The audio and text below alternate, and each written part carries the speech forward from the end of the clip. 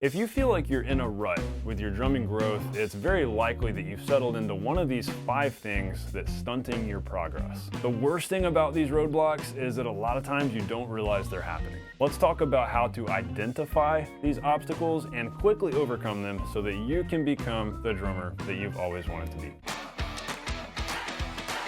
Hey everybody, welcome to The Non-Glamorous Drummer, where we're all about learning the most important core drumming skills that help you make music faster. If you're new to the channel, be sure to subscribe. Number 1, feeling like you don't have time.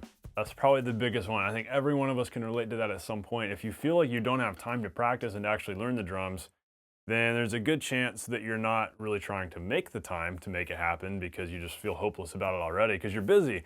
And that's totally reasonable. We've got work, we've got families, we've got life obligations and things that take up our time. The thing about this, I don't know, you may not want to hear this, feeling like you don't have time is really just a lack of motivation or a lack of prioritizing this. If drumming is something that you seriously want to get better at, you're going to make the time. You're going to learn to prioritize it. Many of us can probably say that we have time to watch Netflix, even in the midst of a busy life. And why is that?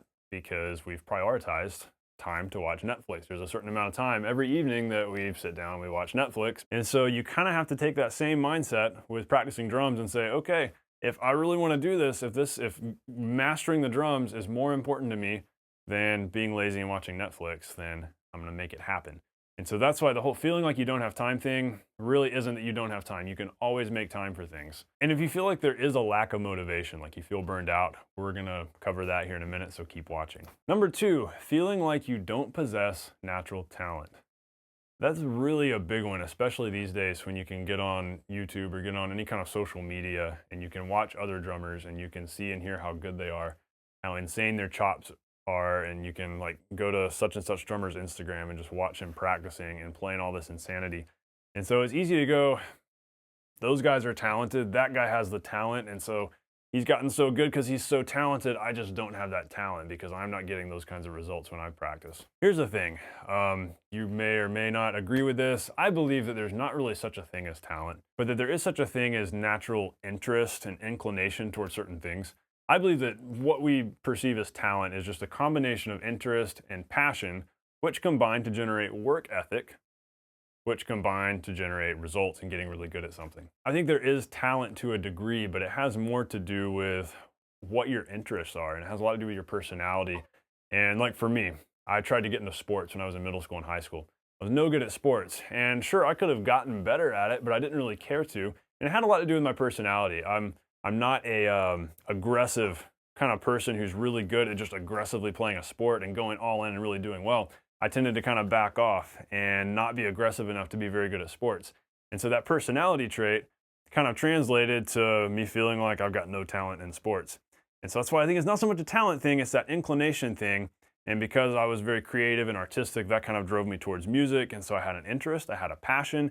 Those two things work together to generate the work ethic to practice and work hard at it. And so I was always making time for it, always prioritizing it, and that helped me really grow.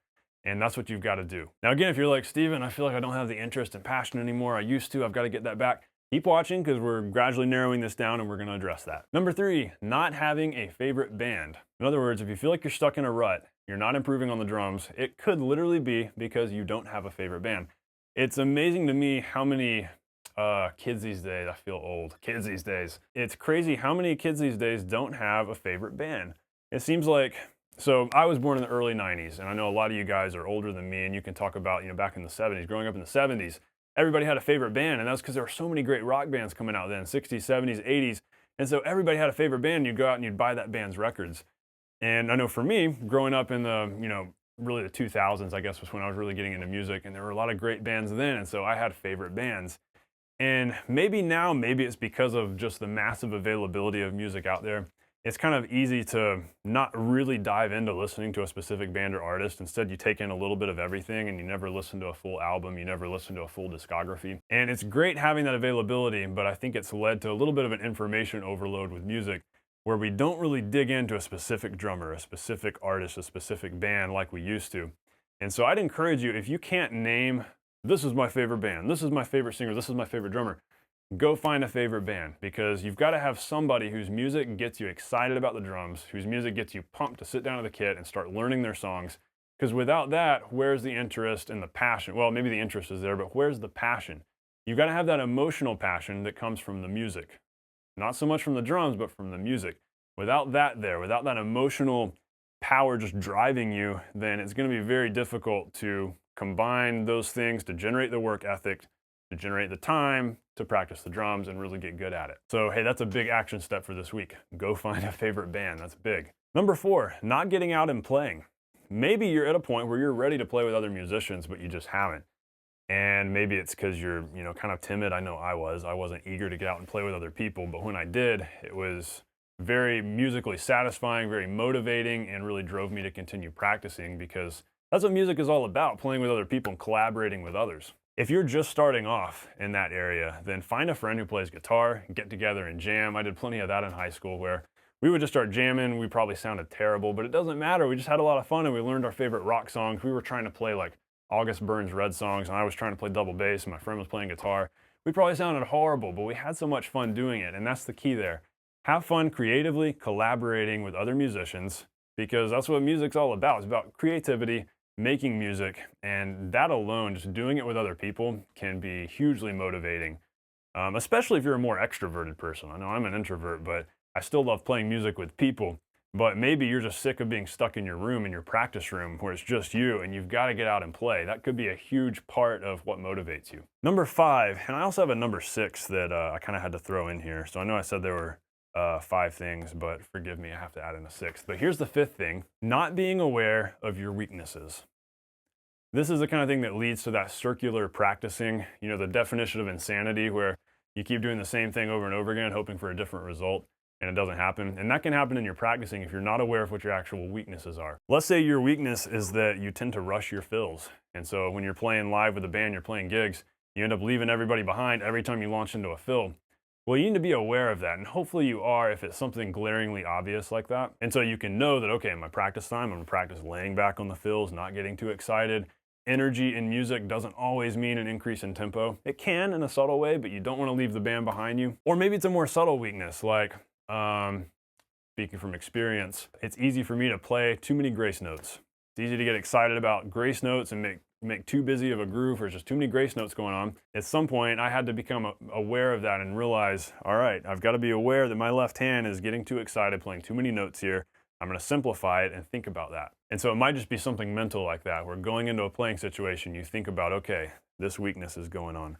Maybe I hit the crash cymbals too hard. Maybe I'm not hitting the kick drum hard enough, so it's not really heard.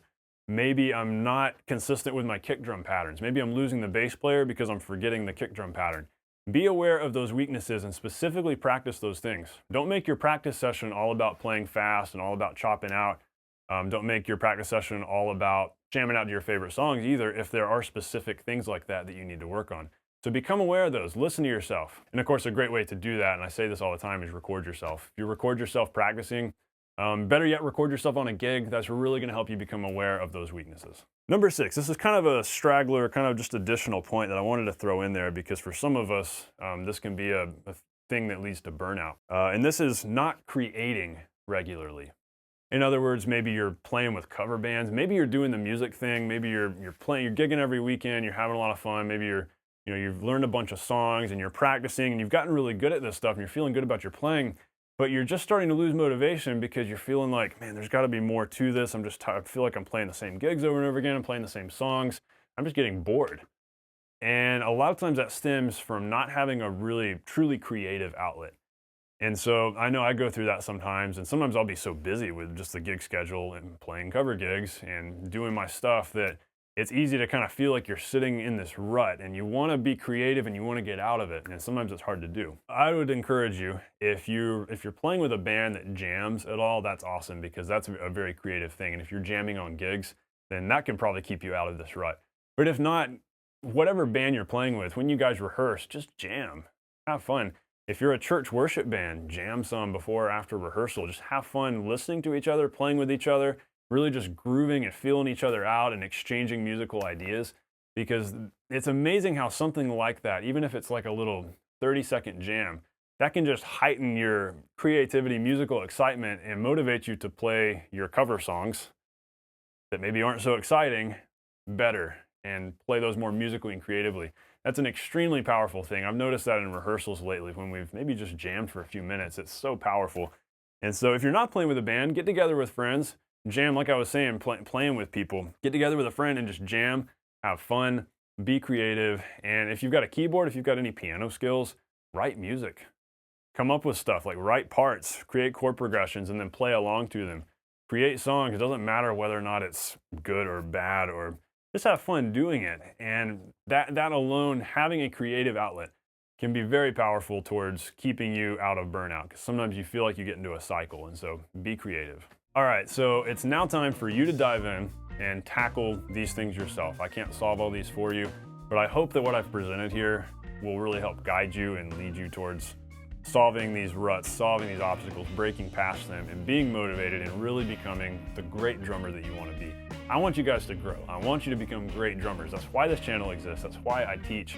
That's what gets me excited. Talking about not burning out and getting excited, that's what keeps me excited making YouTube videos, because I know I'm helping you guys get better at the drums, and that's a really cool thing. Check out some more videos that I've got in the description below, just about staying motivated, being productive, staying excited about the drums. So there's further resources, go check those out. I really hope this stuff helped you out. Leave a comment below, or better yet, shoot me an email and let me know which of these hurdles you faced and how you've overcome them, or how you're working on overcoming them. And feel free to ask me questions, shoot me an email, get a conversation going. I'd love to help you out further with this. As always, guys, thanks for watching. Have a great week. If you're new to the channel, if you're new to the Non-Glamorous Drummer, be sure to subscribe before you go and check out some of the other videos here. Thanks for watching. See you next Friday.